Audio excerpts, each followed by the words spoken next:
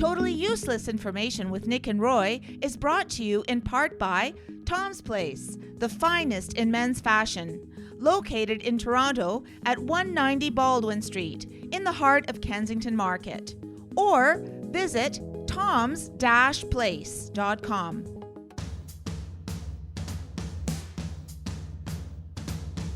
It's everything you never needed to know. This is Totally Useless Information with Nick and Roy. Listen, laugh, and learn. What sport did William Morgan create? What do soccer balls and rugby balls have in common? Hi, I'm Nick. And I'm Roy. This week, we scour the internet to find out these useless tidbits just for you. Plus, we'll answer your questions in our mailbag segment. A listener wants to know if the word heck is a swear word. Heck no. And in the news, scientists want to know. They really want to know how many times you pass wind. Totally useless information. It's everything you never needed to know. Welcome to the show, 100 countries around the world. Thank you very much for joining us. And we just can't stop doing this. We keep showing up where you listen to us week after week. I just want you to know that I passed wind during the portion where you said how many times do you pass wind. Well, scientists want to know, and there's a way for them to measure. In the meantime... Sports. Play ball. So let me get right to the teaser, because I know people are wondering what the soccer balls and rugby balls have in common. Don't you want to know? Well, you got a lot of balls there, Nick. Thank you. Soccer balls and rugby balls were once made by inflated pig bladders. Ooh. The reason why actually that rugby balls are oval is because... I think that's a great idea because, the old adage, you use all of the pig.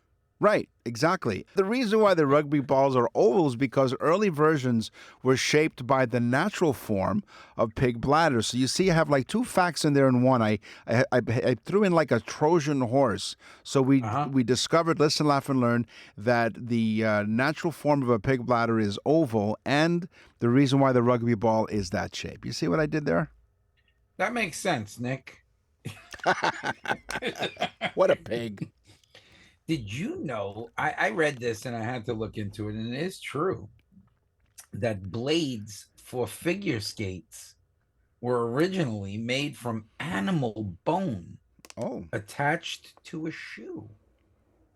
And they sharpened the animal bone so that they could skate on the ice. And it was that way for a very long time, I guess.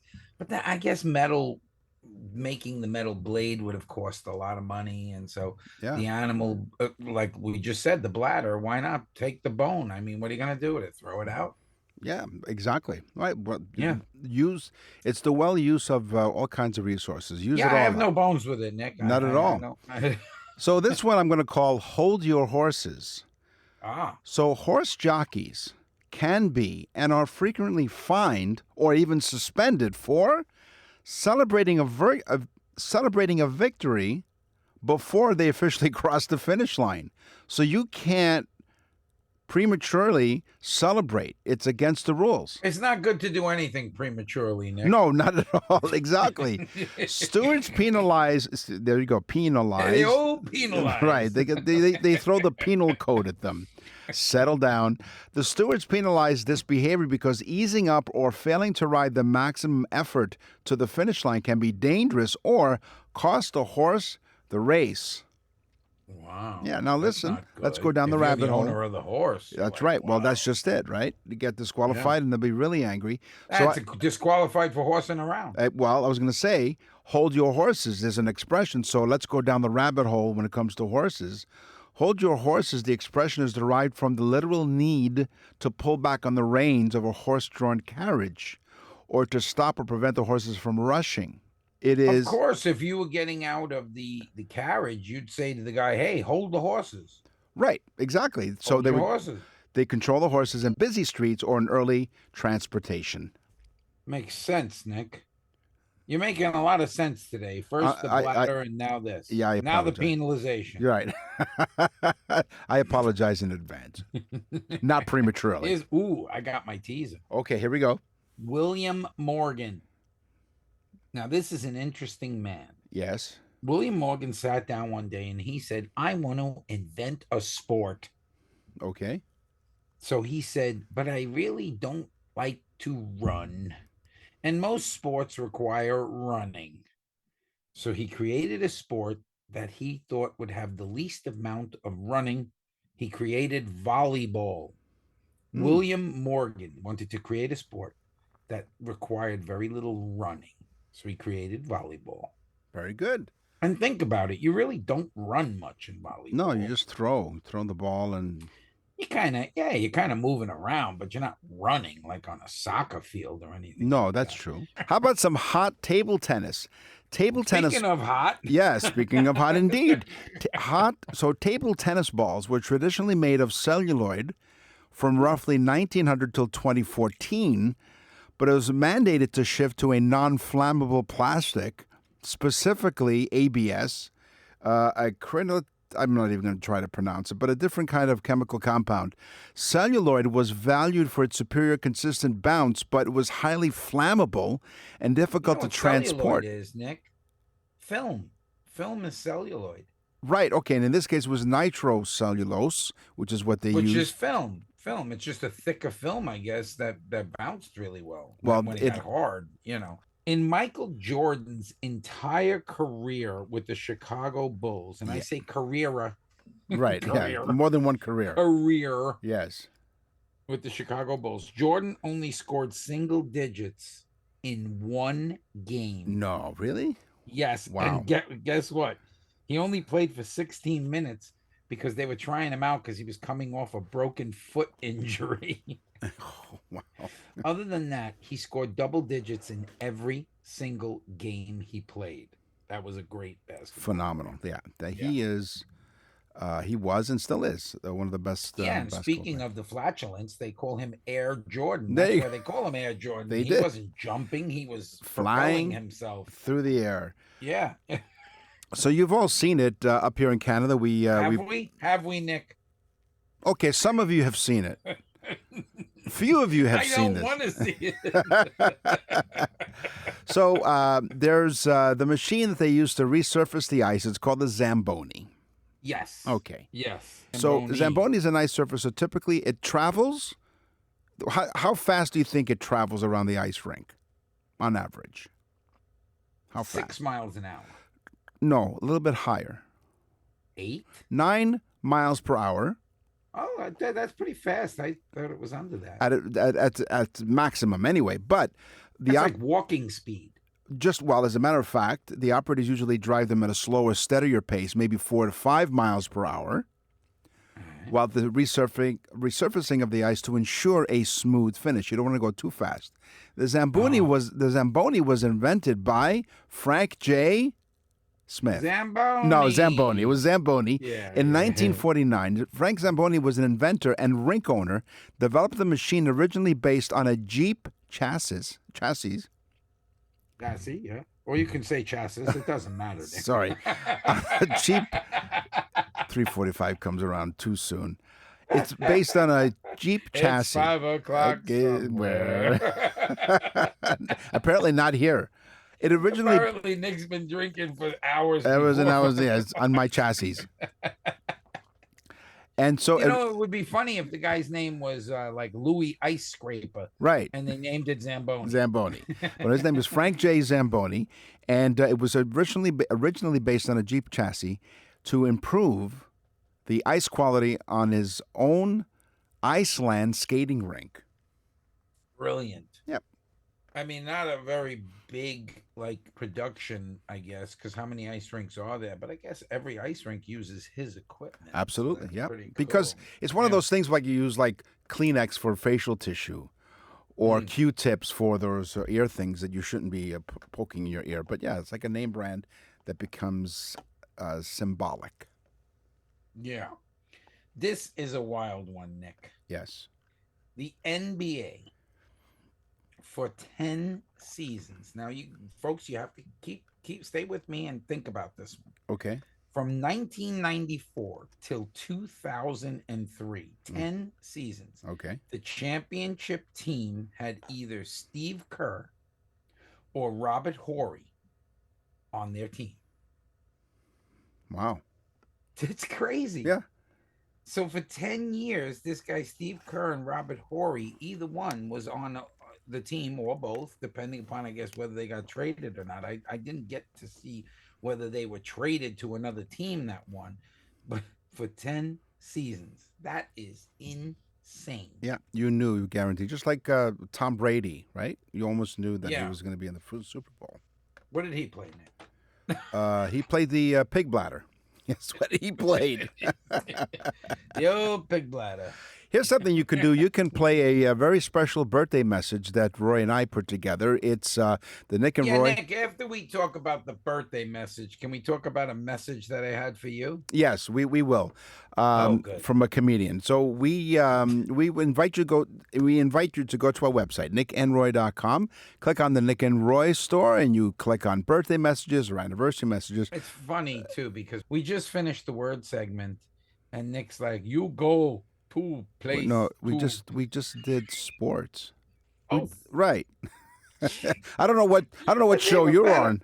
It's 5 o'clock Got somewhere. Go to nickandroy.com. Go to nickandroy.com, folks, because you go there, you click on the Nick and Roy store up on the top, and you'll see the birthday message. I'm telling you, you need to listen to this. All joking aside, it is the best gift you will ever buy for somebody. You will look like an incredible superstar. They will tell you time and time again, "Oh my God, that was the best gift I ever got." It's inexpensive. You don't have to get off your chair. You can do it from your phone or from your in your tablet. pajamas. In your pajamas.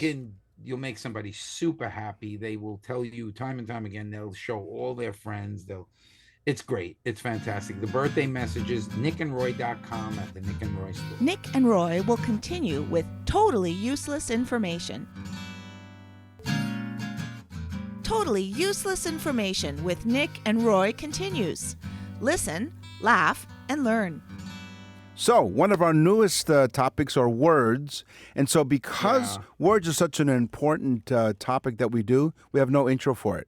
It's like one of those things where it's like the following topic needs no introduction. Well, I know that, Nick, Yeah. but I had some words for you. You did. From last night. Yes. I had the wonderful honor of sitting literally, I had my arm on the stage. Yeah. Had these fantastic VIP seats to go see Tara Canastrasi. She is one of the hottest comedians out there. She's been on the show, but I was able to go see her last night. And her show was unbelievable. Of course, it's always sold out, standing room. It's just insane. Fantastic show. Again, she cracks everybody up. I don't know where she comes up with this material, but it's fantastic. And at the end of the show, she said, "Stick around," and we recorded this for Nick. Hey, Nick. Yeah, you know what? I'm in Naples. You know who I'm with? I'm with Tara Canastrasi. We just went to one of our shows. It was incredible. How come you always come and Nick is never with you? This motherfucker makes me go on his show, his podcast. I interview. You can't get your ass to one show. And he has no hair. I mean, bald. You think you'd like him? Bald. Right. His head reminds me of a penis, but I guess not. Anyway, Nick, you're bald. I really wish you were here tonight. It was an interesting night, and it would have been more interesting with you because you're so easy to make fun of. Yeah. There you go. It was great. Yeah. It was so funny, and we had such a great time. So thank you, Tara. Well, let me tell you something. So as an aside here, there's such a thing as Canastrasi oil. Did you know this? No. It's a fictional commodity, a fictional company originating from the 1980 Italian comedy My Wife is a Witch, La Moglie è una strega. And the term is famously used in a comedic scene describing speculative stock trading where the worthless stock rises to high values. So yeah, Tara, olive oil that's worth less. Don't worry. By the way, you know what? Let me tell you why I'm not at your show, because Roy has an imaginary friend. That's why. That's what it is. And by the way, what's this with Canastrasi? It's Canastracci with the CI is pronounced CHI. Okay. Yeah. Why? Like, Wait a minute. What Yeah. topic were we doing? we're doing words. Okay, Yes. you want to Okay. go on? Yes, we can. Anyway, well, seriously, we're looking forward to having Tara back on the show because she's busy. She's what is she recording a Netflix special she's soon? Touring with Joe Coy. She's touring with him now. She's so hot. She's so popular, and she deserves to be. She cracks people. I'm telling you, there was a dry eye in the place. People were crying. Yeah. So, what do you got in terms of words? You go first. All right, Nick. I consider you a word grubber. Uh-oh. Okay, what's that? In 18th century slang, word grubber was used for someone who intentionally, unnecessarily used long words to make themselves seem smart. Okay. That would be a word grubber from the 18th century. They'd say, oh, he's a word grubber. Okay. How about do you have your bumper shoot with you? My old bumper shoot? Yes. The one I used to use in high school. Yes, that one. A bumper shoot is an umbrella. It's a like in a British word, as you would imagine. So the bumper bit is a variant of brolly, and the shoot is because it looks like a parachute. It's really a fancy word for umbrella, but it comes from the British bumper shoot. Do you think they still say that? Did you bring your bumper shoot? Hello, mate. Do you have your bumper shoot? It looks like rain. I hope you brought your bumper shoot. All right. Samuel Johnson left the letter X out of his English dictionary. Okay. Claiming that no word in the English language begins with the letter X. Then we x-rayed his head and realized he had no brain. Right. No, but he intentionally, Samuel Johnson, in his English dictionary, which is Samuel Johnson dictionary, right, he left out the letter X, claiming there were no words worth putting, I guess, into the dictionary. Was he playing his xylophone at the time that his head his... Nick, I don't know. It's extremely... It is. Now, Roy, by the way, Roy performs down in the southwest part of Florida. If you're visiting there, you might want to visit his website, musicbyroy.com. The reason why I bring that up is because perhaps he might perform as part of a hootenanny. Oh, the old hootenanny. Hootenanny. It's an informal gathering with folk music. Although, Roy, it's not exactly folk music. What did you say, Nick? You cursing No, music? It's folk music. You said folk music? Yeah, I'm not like Tara Canastracci. So hootenanny is a successful linguistic export, and indications are that it made direct musical sense. It arose in about 1940, and I was there. The first examples are from a newspaper in Seattle where it says, "The New Dealer's Midsummer Hootenanny. You might even be surprised. Dancing, refreshments, and door prizes." It was basically a lot of country music and folk music played at these events. Yeah. Hootenanny. Going down to the hoedown, there'll be a hootenanny. Hootenanny, yes. Wow. Yeah, last night at the comedy show. Yes. I'm waiting in the original thing, like the line that they have where they put the VIP people in this line, and there's these guys there with their wives, and they're talking. We know her family, and I was like, really, from the Bronx? And they were like, yeah, you're from the Bronx. And I was like, yeah. He's like, really, where'd you go to high school? I said, Christopher Columbus. He goes, me too. And the other guy went to Columbus, and it was like this high school reunion thing. But they went a few years earlier than us. Yeah, they're a little bit older than we were. One guy went with Son of Sam. Oh, wow, Berkowitz, yes. David Berkowitz. Wow. Because he went to our high school, folks. He That's did. the caliber, yes. No pun intended. No pun intended. That's the caliber of person that came out of Christopher Columbus High School. I made that joke up last night. I thought it was pretty It was fun. great. Shooting off your mouth. Were you shooting off your mouth again? Logo de Dallas. Okay. Logo de Dallas. What about it? It's being cunning with words in a conversation. To be cunning with words. It's Logo de Dallas. And it was first coined by Ben Jonson in 1691, the year before you were born. 1691, Ben Jonson said, Don't be logo diadalis. Mm-hmm. Cunning with words. Nip cheese is the word I have. Nip cheese. Oh. What do you suppose it What means? is that? What do you is think? Nip cheese. Yeah, what do you think? Try to guess. I think it's like when you're really hungry, but you're not hungry, so you just have a little piece, just a nip of cheese. Not a bad guess, but no, you're wrong. A nip Pretty bad cheese, guess. a nip cheese is a penny pincher. Suggesting that the person who cuts costs or quality of everything to the minimum, often to their own benefit. Nip, in this sense, you might use when speaking of nipping off the heads of dead flowers, or the nipping of some enterprise in the bud, or maybe like you said in your example, nipping some cheese, stopping it before it gets fully underway. Cheese features the word because it's a staple food, which portions can easily be reduced by trimming them, an idea that we also have in cheese pairing. Logo animosis. Oh, what's that? Logo osmosis was a word that we had on the original word show that we did words. The original show. The very first one? Okay, yeah. Okay. But and it was I never wrote it. Oh. Oh, I got it. Yeah. So logo osmosis was the word for forgetting a word that you already know. Remember we did that? So like if you say, oh, what was that word? Right. That's logo osmosis. I don't remember Okay. it, but tell us about Logo it. onmosis. Logo Right. onmosis. Okay. Okay. But logo messia Right. is the utter disgust of a certain word. So if there's a word that you hate, that's logo messia. Okay. So you know what I hate? When What? people take the word especially Oh, yeah. and say especially. Incorrect. Or espresso and say espresso, Wrong. right? Yep. Don't you hate that? Or canestracci is canestracci. Right.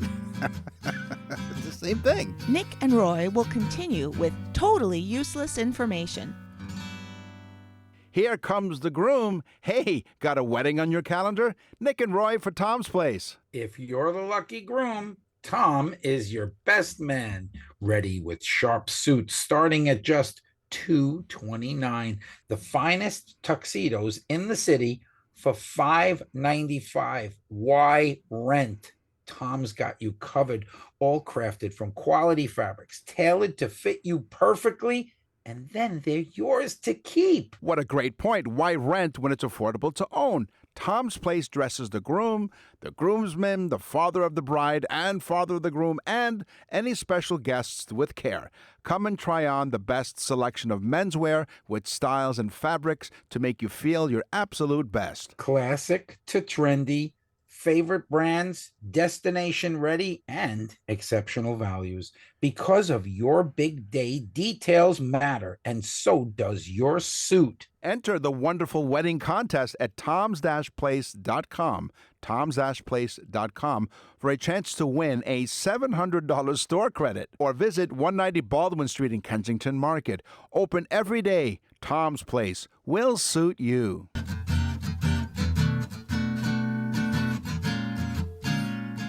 We're back with totally useless information with Nick and Roy.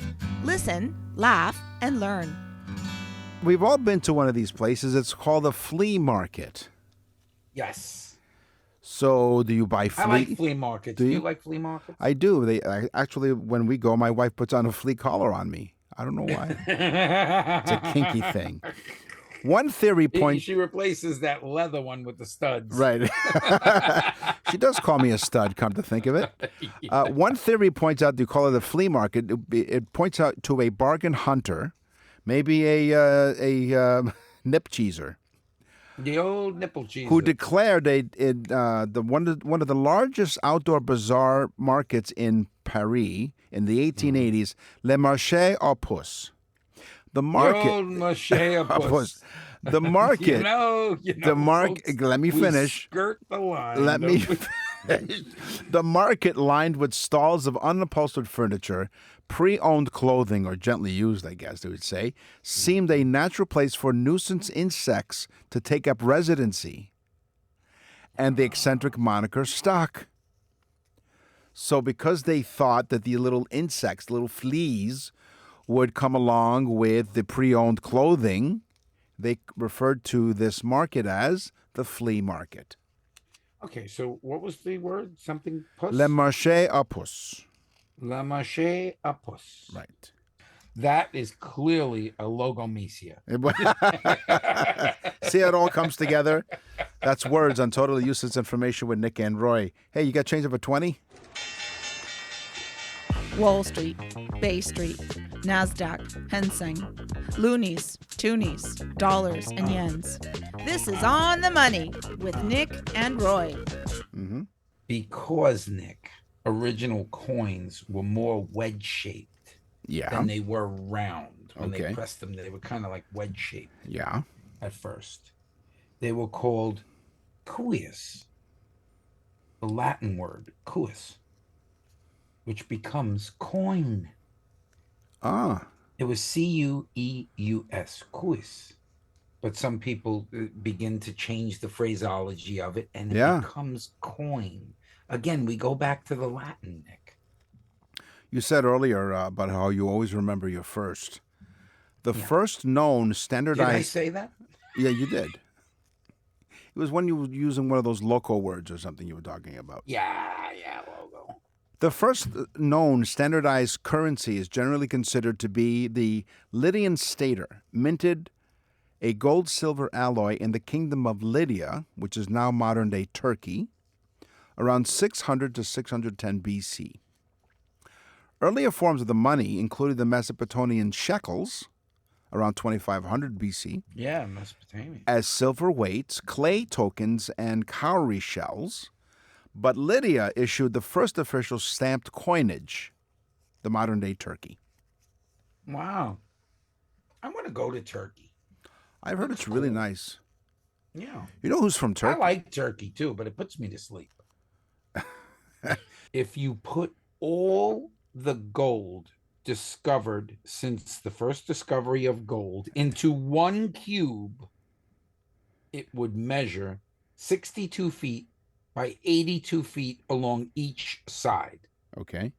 Now just think about that. That is a cube the size of a tennis court, 62 feet high. So a 6-story solid cube of gold the size of a tennis court. Okay.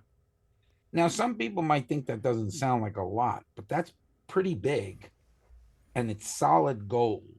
Okay. Now, I don't know, and I wanted to find out, but there was no way to find out what it would weigh, because then I would have put a dollar amount on it, because gold is now at some phenomenal prices. It is. It's insane. Yeah. Yeah. So, I want to know where do they keep this so that we can check the weight, Nick. Bring a few chisels with us. Yeah. Well, they're not horsing around. No? Mongolia. Again? No, not at all. Hold your horses, Nick? Yeah. In Mongolia, they historically used horsehair in their paper currency to combat counterfeiting. Ooh, that's From pretty smart. 1921 to 1924, some banknotes were produced with security features that included fibers, specifically horsehair, embedded into their paper. That's smart. Again, we use the things that we don't need. First, you make the glue, then you use the hair. Right. There you go. And you could use some, too. Thank you. You can glue some hair on my head. Stop horsing around, Nick. There you go. Before the Revolution, Nick, right before you were born. Yeah. Before the United States Revolution, Nick, the first bank of the colonies to make a minted coin, was the Massachusetts Bay Colony Bank. They had a pretty big sign. Yeah, they did. But the Massachusetts Bay Colony Bank in 1652 made the first coin. But they also printed the first paper money in 1690 in the New World. Mm-hmm. They called it not a dollar or a bill. They called it a bill of credit. Ah, okay. Which would eventually be called a bill, which would eventually, the $1 bill would be the most popular, which is called the $1 bill. Right. And then they would just be called bills. I find that... so that's a word thing and a money thing at the same time. It's just remarkable. It's multitasking, Nick. I can do it. Yes. And you know what? It just made me think of something. I don't pay any bills. And you know what happens? No.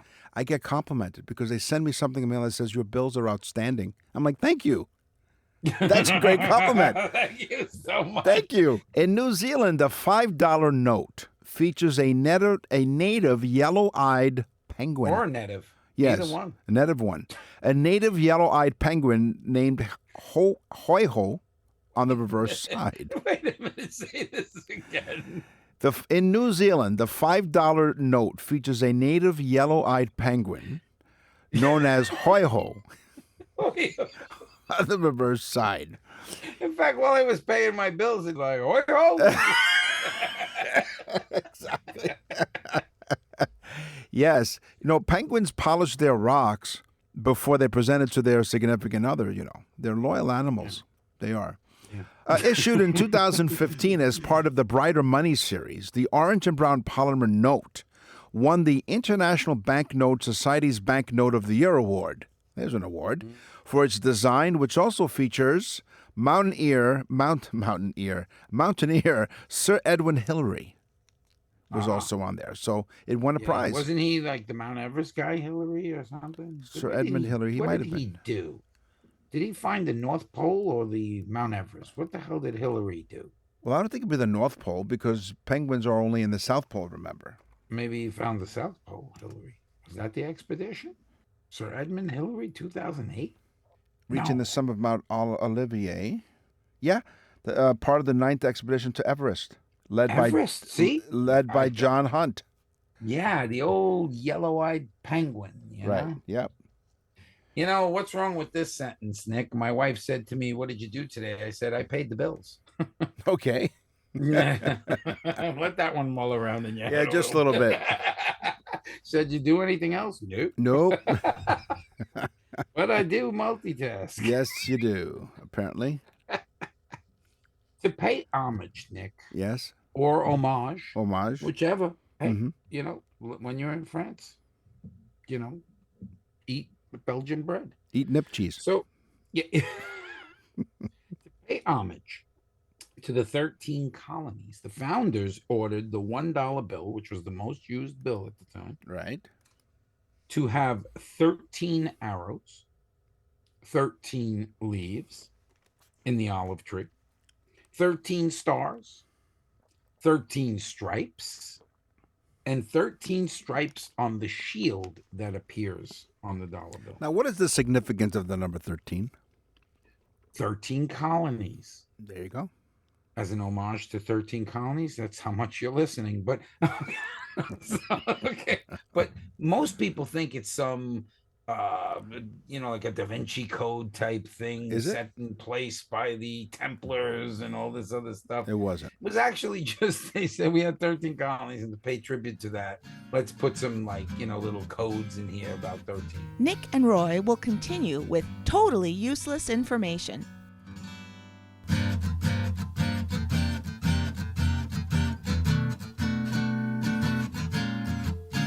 You're listening to Totally Useless Information with Nick and Roy.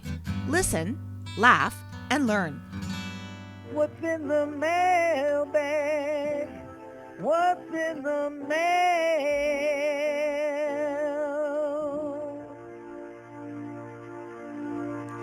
Darlene from Windsor, Ontario. Windsor is one of our radio stations, actually, on the iHeartRadio Talk Network. Coast to coast to coast. We are. And CKLW is the station, of course. Dear Nick and Roy, we love listening to your show at night. We try to fall asleep to it. Okay. But you... Thank you. Thank you. Yes. You're welcome. Yeah. But you guys make me laugh and cry before I go to bed. Funny. So does Roy's wife. But anyway. So Nick shows up. Right. Huh? Here's my question. Darlene asks, my 5-year-old grandson is starting to use the word heck a lot. Now, Yeah, we what frown. the heck is with that? Right. Well, what the heck is that? Right. So we frown upon that for him saying that. And so is heck considered to be a swear word?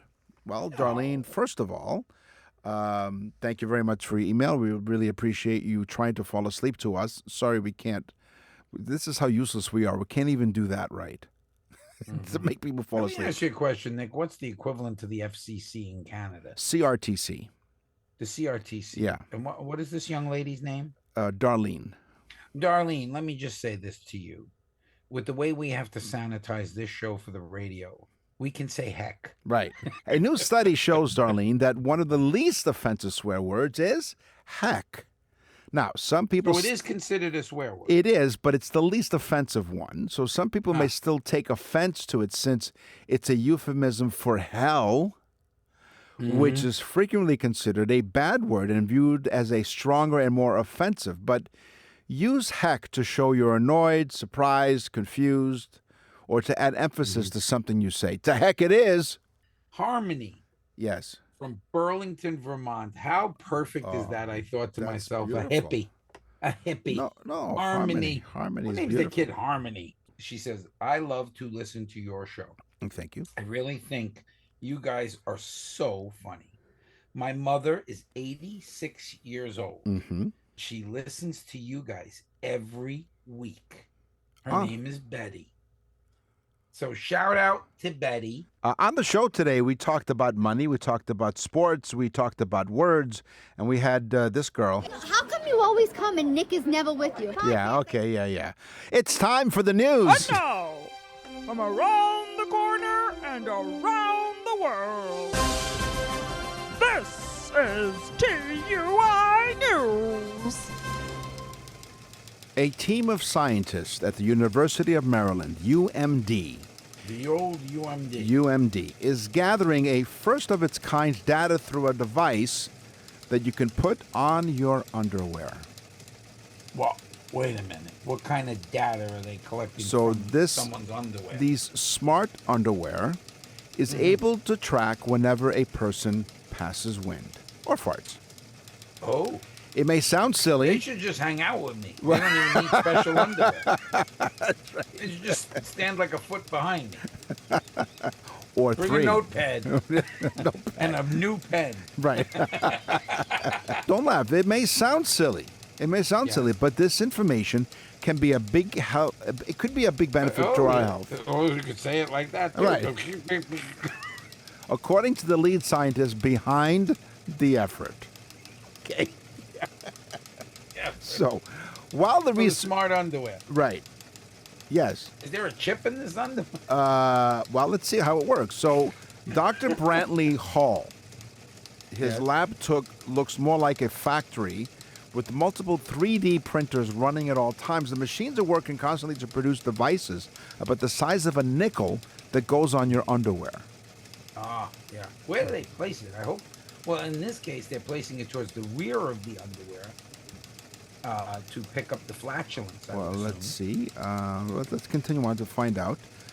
We thought maybe we can advance our science by making a new type of wearable device that can have people wear all day. And it'll teach the scientists of UMD, the cell biology and molecular genetics department. A team of scientists developed a device that tracks how many times a person farts. Okay, so and what would they do with this information? I want. Well, let's see. So there's no scientific baseline in what constitutes a healthy amount of passing gas. But Right, that's what I'm saying. So what's the big? What, so what is Dr. the Hall wants to need for change all that. So more than it? one Yeah, in Dr. Hall. so more than 1 in 5 people report excess intestinal gas. Intestinal. Maybe it's intentional gas. As opposed to I call it unintentional. intentional. Sometimes when I'm in the elevator, I just want to see the people's faces. Yeah. Weapons of mass destruction. More than Throw one in, that one up, computer. yes. More than 1 in 5 people are reporting excess intestinal gas, but right now there's no objective measure of whether that's telling the truth or not. So, So we need a obviously baseline. that's right to continue the research. So initially, Dr. Hall and his team conducted a smaller study with undergrad students. Now, they're going bigger, launching the Human Flatus Atlas. Oh, the Flatus Atlas. Right. It is a national study where anyone in the country can participate. In the United States is where this is from. When you sign up, a smart underwear device is sent to your home. You'll have to wear the device for 3 days in a row. 3 days in a row, you're going to wear the same underwear. I hope not. They're looking for people across the spectrum to participate, including those with high-fiber diets and don't fart a lot. This is a really gross situation. But hold on. So these are the people who have high-fiber diets. He calls them Zen digesters. I have a very high fiber. I know that. So then those who do fart a lot, he calls hydrogen hyperproducers. Yeah. Yeah, they'll probably nix you off the earth because Right. you're producing too much hydrogen. Now the You're maximum a global warming problem. there's your source of global You're going warming. along with the hamburger. Our current maximum number of flatulence is 175 times per day. No, who farts 100 Well, some odd times a day? That's what they're looking to study, and our current minimum number is 4 times per day. Wait a minute, 100 some odd times a day. Right, 175. You're basically, well, this thing will count if you're asleep, but that's Right. 24 hours. Yeah, That means every hour you're farting like 5 times? pretty much. Every hour, Every 5 times. every 10 minutes on the 10s. Even while you're asleep. Yeah. That's all the time we have for this episode of Totally. Thank God. Yeah, I know. Thank God. This was a real, It was. you know what. Yeah. You know what we'll do? Just for you guys, because you're really special to us, we're going to scour the internet far and wide to find more totally useless information just for you. And if you sign up for that study and you get chosen, you could say, I am your father. Tell them what else to do. I would say tell everyone you know. But first off, get the newsletter. Yeah. Because we're giving it away free. That's number one. Yes. Number two, go to our sponsors like Tom's Place. He's Yeah. awesome. Yeah. You know, you can go online too. Yeah. Tom's, what is it? Toms-place, Tom-place.com? toms-place.com. Toms-place.com. Yeah, he's cool. He's a great guy. Yeah. And also, like, go to our website and look up the birthday message. It's awesome. And thank you so much for telling everyone to listen to the show. 100 countries around the world now. Radio stations on iHeartRadio. And you listening right now. Awesome. Cool. I'm Nick. And I'm Roy. Thanks for listening. Totally Useless Information with Nick and Roy is recorded and produced in Canada. For more totally useless information, visit nickandroy.com. That's nickandroy.com. Totally Useless Information with Nick and Roy has been brought to you in part by Tom's Place, the finest in men's fashion. Located in Toronto at 190 Baldwin Street in the heart of Kensington Market. Or visit toms-place.com.